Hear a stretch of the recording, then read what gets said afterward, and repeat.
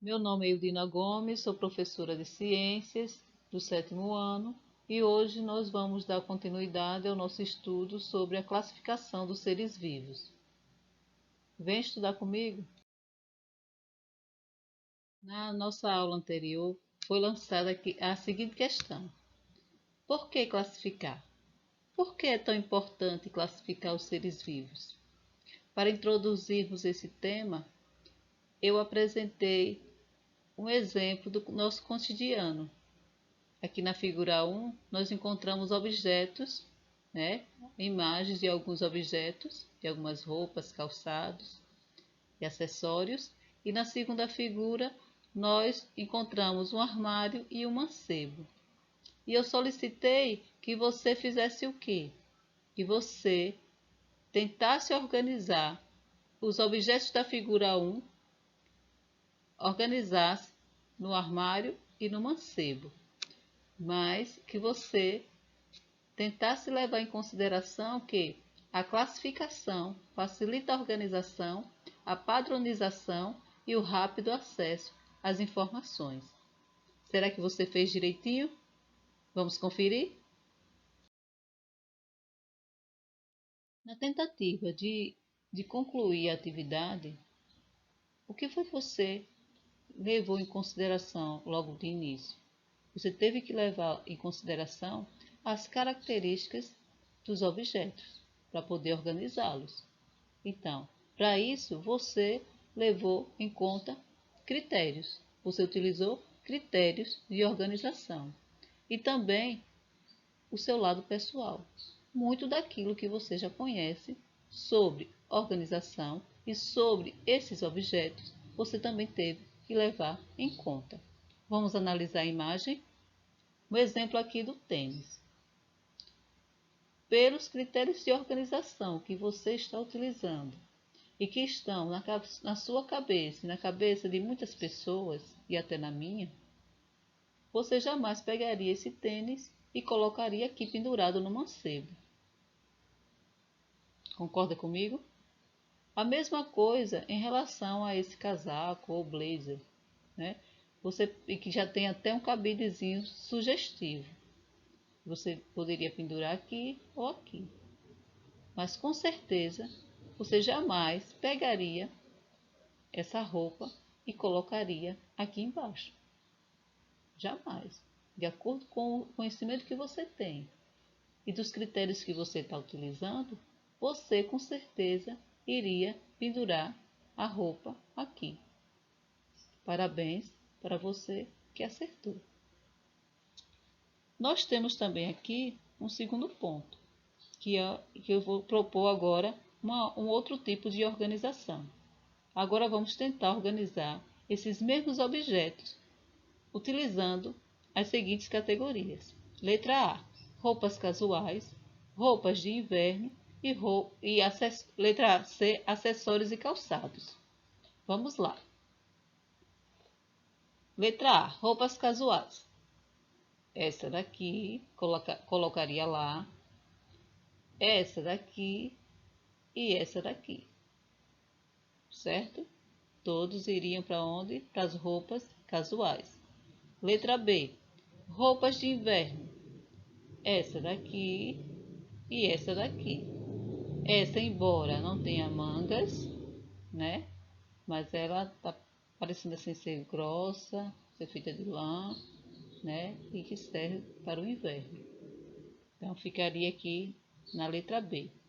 Acessórios e calçados, aqui, ó. Aqui, aqui, esses aqui, o cinto e essa sandália aqui também.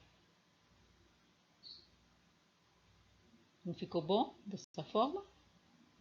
Você percebeu que quando a gente utiliza alguns critérios de organização, fica muito mais fácil da gente visualizar e da gente encontrar as coisas? Você concorda comigo? Então vamos para o próximo slide. A partir deste momento, nós iremos retornar às páginas 38 e 39 do nosso livro didático. Nestas páginas, nós encontramos a abertura da segunda unidade, que tem como tema a classificação dos seres vivos. Aqui são apresentadas ilustrações de algumas espécies. Tais ilustrações foram feitas por Ernest Haeckel. Mas quem é ou quem foi Ernest Haeckel? Foi um naturalista, médico e artista que, em sua obra, durante a sua vida, dedicou grande parte a defender as ideias de Charles Darwin sobre a evolução biológica. Ele também nomeou e descreveu muitas espécies e propôs também uma classificação dos seres vivos. Aqui também, nessas páginas, nós encontramos 3 questões para que os alunos possam responder. Primeira, você conhece os seres vivos representados nas imagens? Segundo, qual é a importância da classificação científica dos seres vivos? Terceira, que grupos de seres vivos você conhece? Quais são suas características? A partir desse momento, nós iremos fazer a correção das questões das páginas 38 e 39. A primeira questão diz o seguinte: você conhece os seres vivos representados na imagem? Se você conhecia, você foi lá rapidamente e respondeu. Se você não conhecia, você ficou analisando e, em um determinado momento, você percebeu que no cantinho direito da página 39 existiu algumas informações que diziam o seguinte: de acordo com a legenda, esses seres vivos são chamados de quinidários, grupo que inclui as águas-vivas. Então, as ilustrações são de águas-vivas. Segunda questão: qual é a importância da classificação científica dos seres vivos? É através da classificação que podemos associar as relações evolutivas dos seres vivos e a organização do conhecimento científico. Por isso que eu comecei o nosso trabalho a partir da página 40, dando aquele exemplo do nosso cotidiano, para tentar situar vocês em relação ao tema. Então, é necessário que cada um de nós percebamos que a classificação é muito importante porque nos ajuda a associar as relações evolutivas dos seres vivos e organizar o conhecimento científico. Terceira questão: que grupos de seres vivos você conhece? Quais são suas características? Aqui é uma resposta pessoal dos seres vivos que você conhece, mas espera-se que cada aluno pense nos seres vivos que conhece e faça agrupamentos com base em suas características. Acredito que você tenha levado em conta algumas características, utilizado alguns critérios, como nós já falamos, e o seu conhecimento, conhecimento pessoal. Vamos para a próxima? Dando continuidade ao nosso estudo, nós podemos dizer que a biodiversidade do planeta Terra é enorme. Estima-se que, da grande variedade dos seres vivos que habitam o planeta, ou seja, cerca de 7 a 10 milhões de espécies, somente cerca de 1,5 milhões foram descritos, estudados e classificados. Daí a importância da classificação, porque a classificação facilita, por exemplo, o estudo dos habitats em que esperamos encontrar certos seres vivos, o planejamento de estratégias de conservação da biodiversidade e a identificação e a seleção de seres vivos para serem utilizados pelo ser humano na produção, por exemplo, de medicamentos pela indústria farmacêutica. Mas será que os cientistas, os estudiosos, eles pensaram em classificar os seres vivos recentemente? Vamos ver se foi assim mesmo. Aqui diz que o primeiro sistema de classificação foi o de Aristóteles, no século IV a.C. Já tem um bom tempo, né? Que ordenou os animais pelo tipo de reprodução e por terem ou não sangue vermelho. De um lado, aqueles que não tinham sangue vermelho e do outro, aqueles com sangue vermelho. Já o seu discípulo, Teofratos, classificou as plantas por seu uso e forma de cultivo, utilizando como critério o tamanho, dividindo-as em árvores, arbustos e ervas. Já um pouco mais adiante, nos séculos XVII e XVIII, os botânicos e os zoólogos começaram a delinear o atual sistema de categorias, ainda baseados em características anatômicas superficiais.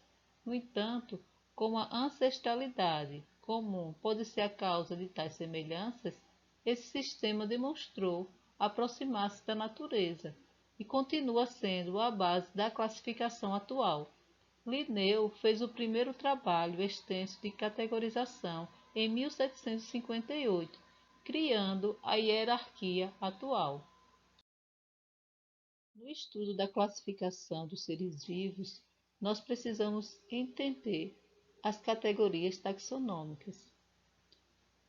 Essas categorias estão baseadas numa graduação, que engloba grupos de seres vivos com características cada vez mais gerais se partirmos do particular. Ou seja, as categorias elas vão mudando à medida que as características dos grupos de seres vivos elas vão se tornando mais gerais, né? Fugindo do particular e se tornando mais gerais, então as categorias elas também vão mudando. As categorias taxonômicas estão ordenadas de forma hierárquica e procuram medir o maior grau de parentesco evolutivo existente entre os seres vivos de cada uma delas.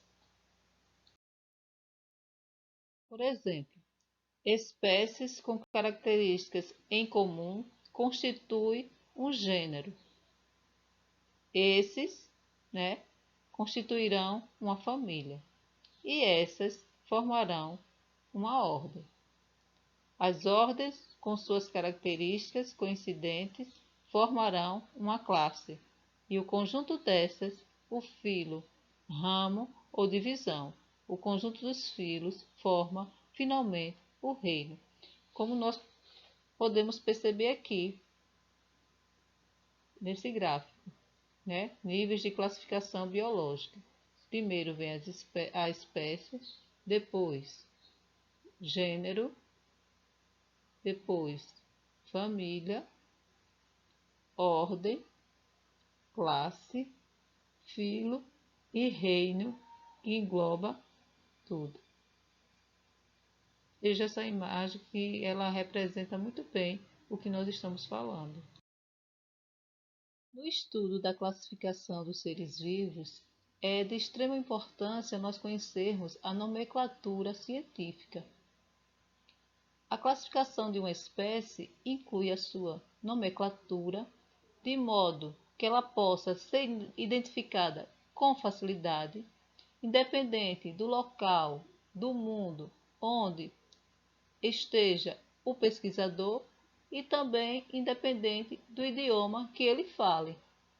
O nome científico de uma espécie é binomial, isto é, composto de dois termos escritos em latim e destacados do texto. Eles sempre vêm destacados do texto e sempre escrito em latim. O ipê amarelo, por exemplo, o nome científico é Tabebuia alba.